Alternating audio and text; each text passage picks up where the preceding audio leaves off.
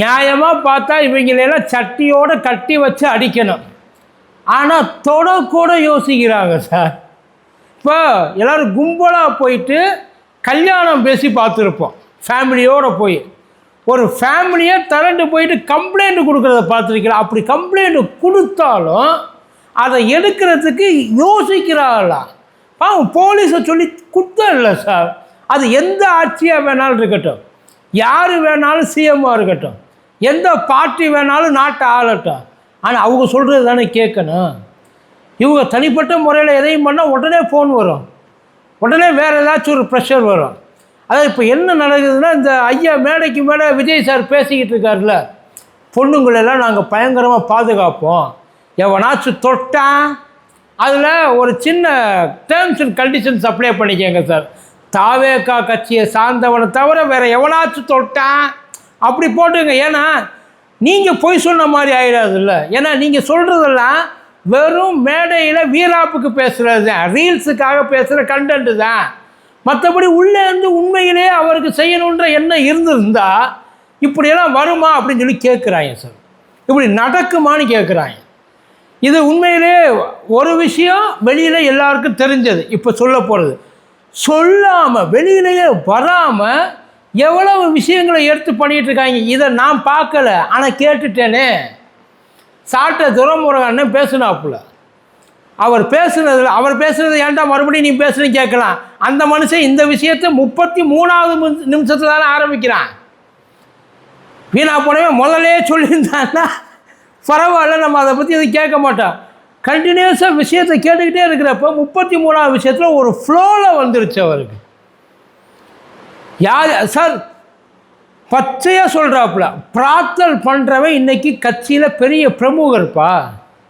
அவன் இன்னைக்கு பிஸ்னஸ் பண்ணுறவன், அந்த பிஸ்னஸ் பண்ணதுனால பெரிய பிரமுகர் ஆகிட்டானா, இல்லை பெரிய பிரமுகர் ஆனாலும் பண்ண பிஸ்னஸ் கடந்து வந்த பாதையை மறக்காமல் அந்த பிஸ்னஸை பண்ணிகிட்டு இருக்கானான்னு தெரியல சார். இத்தனைக்கு இவங்கெல்லாம் யாரோ கீழே சும்மா ஒரு போஸ்டிங்கை வாங்குறவங்க இல்லை, பூரா பெரிய பெரிய தலைகளோடு சுற்றிக்கிட்டு இருக்கவங்க. இப்போ எல்லாருக்கும் தெரிஞ்ச விஷயத்த சொல்கிறேன்.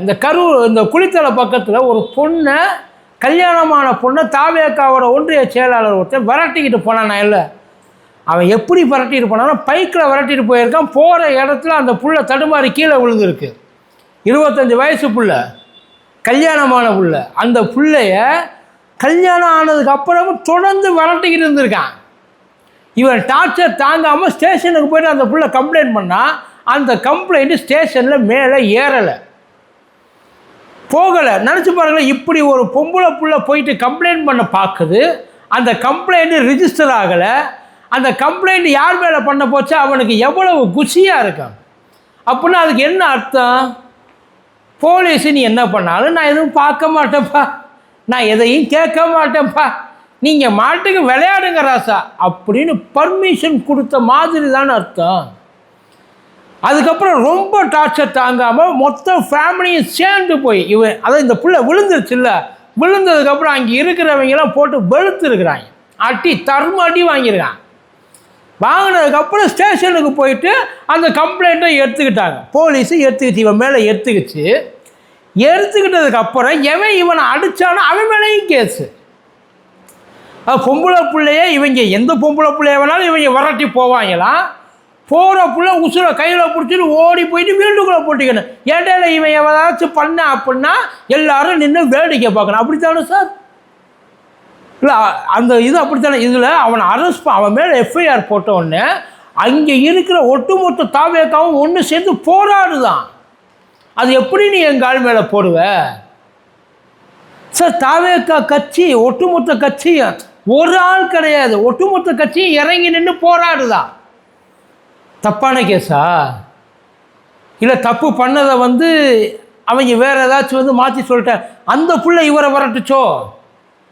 இல்லை ஒருவேளை அப்படி இருந்தால் போராடுறதுல நியாயம் இருக்குது சார்.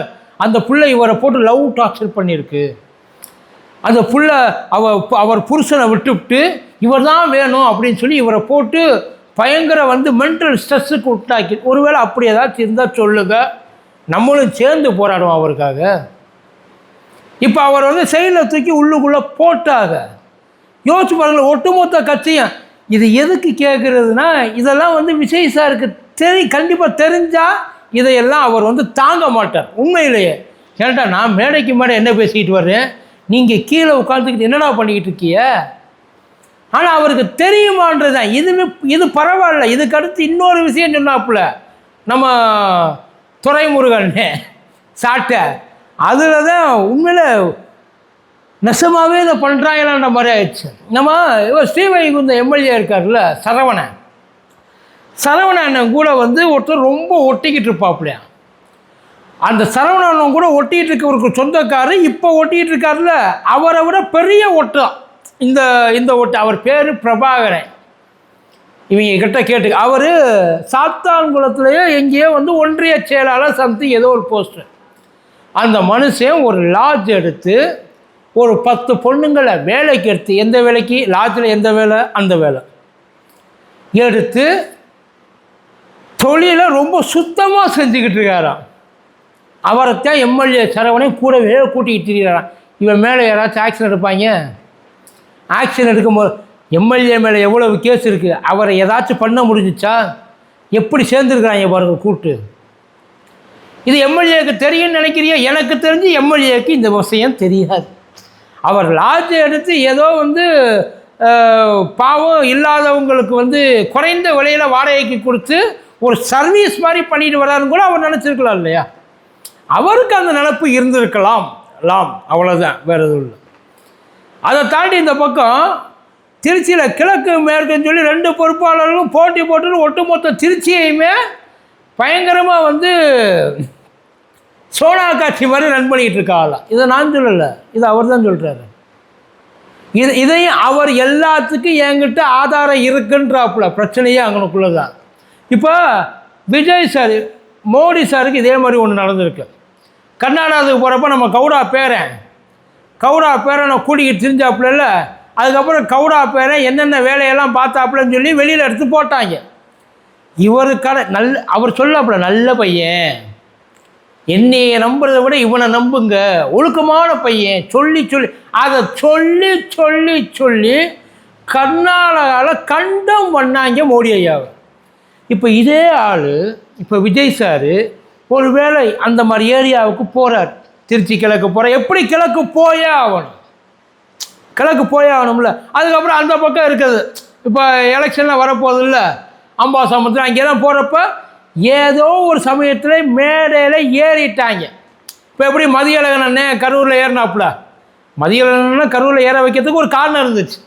ஆனால் இங்கே இருக்கிற இன்ஃப்ளூயன்ஸை பயன்படுத்தி, ஏன்னா சரவணன் அண்ணன்கிட்ட என்னென்ன எவ்வளவோ உங்களுக்காக உழைச்சிருக்க, ஒரு தடவை ஏற்றி விட்டியன்னா சார் கூட நின்று ஒரு ஃபோட்டோ, அதுக்கப்புறம் அவன் மேலே கை வைக்க தைரியம் வருமா?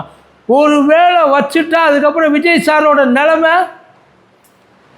இப்படிப்பட்ட ஆள் கூட நின்று இவன் கட்சியில் இருக்கிறான், பொறுப்பாளராக இருக்கிறான், உங்கள் கட்சிக்காரத்தை மேலே ஏற்றுறான், ஏன்னா உங்களை ரீச் ஆகிறது சாதாரணம் கிடையாது. இப்போ ஏற்பட்ட வேலைகளை இவங்க எல்லாரும் பார்த்துக்கிட்டு இருக்காங்க அப்படின்னு சொல்லி ஓப்பனாக போட்டு உடச்சிட்டாப்புல. இது கட்சிக்கு பெருமையா சார்? நடக்கிற ஒன்றும் இல்லை. இந்த வேம்புலின்னு சொல்லிட்டு ஒரு மனுஷன் தெரிஞ்சாப்புல இல்லை, ஆலந்தூர் பக்கத்தில்.